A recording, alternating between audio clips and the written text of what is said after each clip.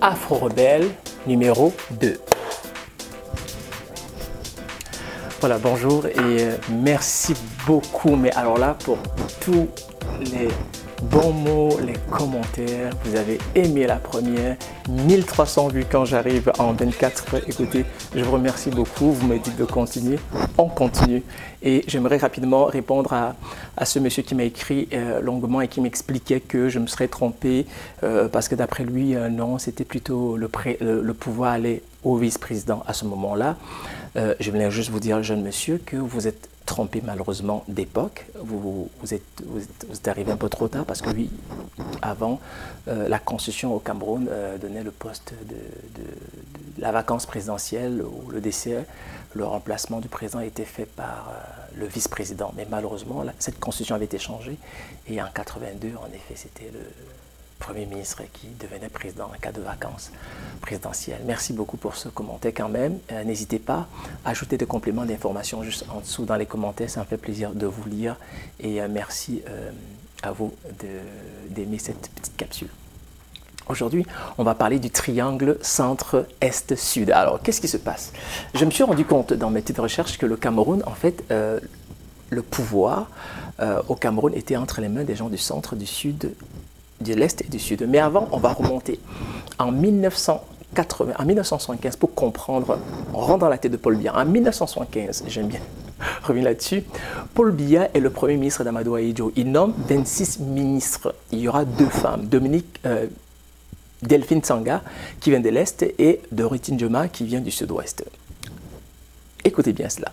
Dans les 26 ministres, Paul Biya propose le plan à Amadou Ahidjo, mais Paul Biya, vous allez voir, c'est là où vous comprenez que Paul Biya, c'est un grand stratège politique. Il a compris la mosaïque et la composante ethnique du Cameroun et il a compris que gouverner, c'est quoi? C'est de maintenir les foyers de tension le plus bas possible. Retenez bien ça.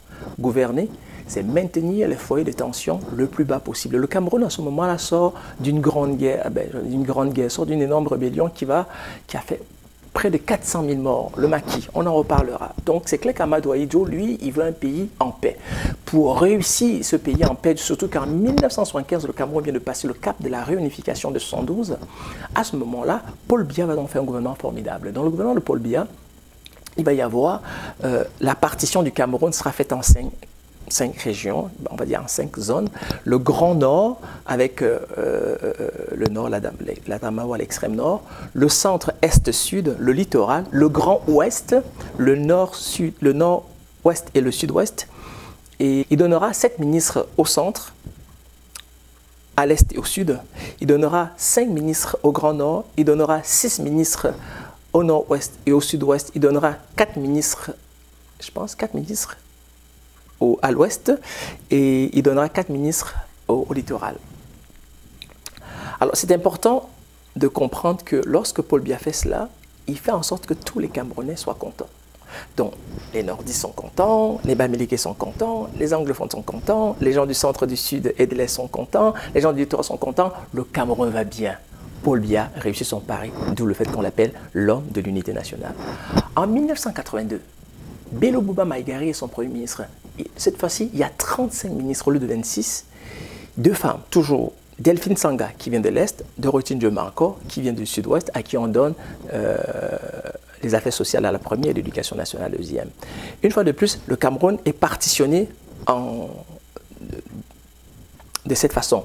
Le centre, l'Est et le Sud ont 10 ministres, le Nord-Ouest et le Sud-Ouest, ils ont 6 ministres, le Grand Nord, 7 ministres, l'Ouest, 6 ministres, le littoral, 6 ministres. Une fois de plus, tout le monde est content.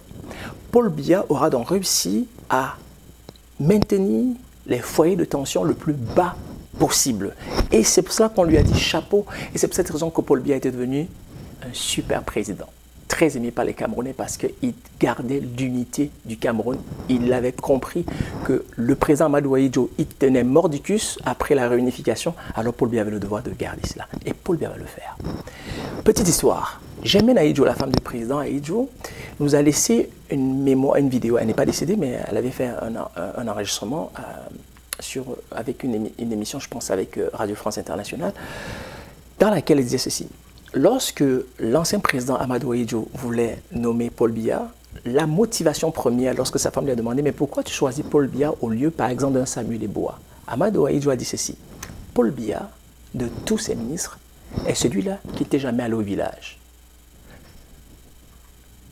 Paul Biya était celui-là qui n'aimait pas quand les gens parlaient la langue vernaculaire lorsqu'on rentrait dans son bureau. Il n'aimait pas quand on parlait boulou, il n'aimait pas quand on parlait la langue de son village parce que pour Paul Biya, c'était une forme de corruption. Autrement dit, dans un langage plus populaire, Paul Biya était un benguiste qui était resté benguiste, frais, qui revenait de Paris et qui restait un grand diplomate, qui n'est pas allé au village. Pour Amadou Ahidjo, cela voulait dire que Paul Biya était un homme qui allait unir le Cameroun et qui n'allait pas avoir des considérations ethniques. Mais qu'est-ce qui s'est passé? Et c'est ça qui est intéressant. Aujourd'hui, en 2020, sur la panoplie des ministres que Paul Biya a approuvés, parce que n'oubliez pas, les premiers ministres, ils proposent des ministres, mais c'est le président qui valide. Donc, c'est Paul Biya qui a le dernier mot.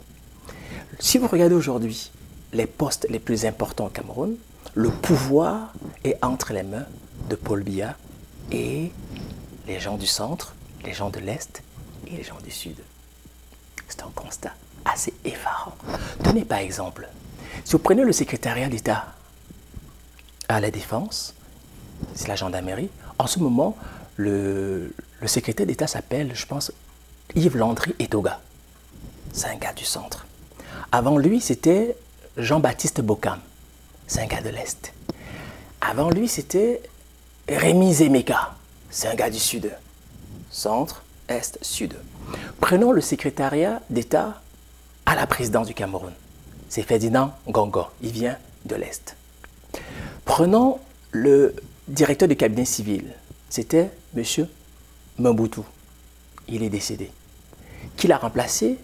C'est M. Mvondo, qui est, je pense, le neveu du président de la République, qui est du centre. Si vous prenez le directeur adjoint au cabinet civil à la présidence, c'est un certain Oswald Baboké, qui vient de l'Est et qui a des acquaintances avec la première dame. Prenons par exemple le ministre de la Défense, Betty Assomo, c'est également un gars du centre. Prenons le ministre des Finances, Lupo Motazé, on est encore au centre. Allons chercher le chef d'état-major, attendez, le chef d'état-major, René-Claude Mika. René-Claude Mika, il vient du Sud. Mais avant, c'était qui? Pierre Semengue, qui venait du Sud. Prenez la direction générale de la Sûreté nationale. En ce moment, c'est Mbarga Nguele qui vient, lui aussi du Sud. Mais avant Mbarga Nguele, qui était là? Un certain Alain Mebenga. Ça vous dit quelque chose? Et quand vous regardez par exemple quelqu'un comme Mbarga Nguele, ça fait presque 50 ans qu'il est là. C'est un vieux policier, ça fait longtemps qu'il est là. Il y a aussi Emmanuel Edou, qui était là même avant Mbarga Nguele, c'est lui qui a remplacé Alain Mebenga. Donc, vous vous rendez compte que le pouvoir au Cameroun, la gendarmerie, la police, le chef d'état-major, la garde présidentielle, c'est un monsieur Akondo, qui est également du centre. Donc, ces gars-là, ce sont eux qui tiennent le Cameroun. Le Grand Nord, le Grand Ouest, le littoral, rien. Le Nord-Ouest, Sud-Ouest, rien. Alors, rappelez-vous bien, on disait que Paul Biya n'était pas tribaliste, qu'il n'aimait pas quand les gens lui parlaient sa langue et qu'en plus, il n'allait pas en campagne. Parfait, c'est vrai. Le temps a passé, il a 86 ans, 87 ans. Mais comment se fait-il qu'aujourd'hui, il est emmuré au point où il y a un clash aujourd'hui entre les Nanga Boko et les Bouloubeti, le clan Ferdinand Ngongo, qui est plus proche de la première dame, dans les gars de l'Est, et le clan Motazé, Famendongo, Betty Assomo, Mvondo, qui vient du Sud, qui vient du centre et du Sud. Donc, voilà pourquoi je vous disais, vous allez vous rendre compte que le Cameroun est géré, administré par une philosophie qui est totalement pensée par les gars qui viennent du centre, de l'Est et du Sud. Et voilà. Excusez-moi, je sais c'est cool, mais c'était donc Afro-Rebelle, prise de le triangle du pouvoir dans la tête de Paul Biya. Alors, Demain, je vais vous parler de, à votre avis, qui est le meilleur ami du président de la République et quelle est la région qui lui est la plus fidèle au Cameroun? Parce que, contrairement à ce que je viens de vous expliquer, le centre, l'est et le sud, à votre avis, quelle est la région la plus fidèle à Paul Biya au Cameroun? Indice, ce n'est pas le centre, ce n'est pas le sud et ce n'est pas l'est. Et qui est, à votre avis, le meilleur ami du président de la République, la personne qui lui est la plus fidèle? Je vous remercie beaucoup si vous avez aimé. Alors partagez. C'était le Cameroun pour les nuls. Merci beaucoup à Afro Rebelle. Une fois de plus, Afro Rebelle. Bye.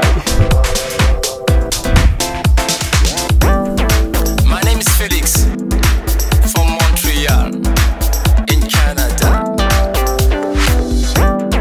I was born in Douala, Cameroon, in Africa. I was in Belmont when my girlfriend called me and said it's over. How can you kill somebody's already dead? This is something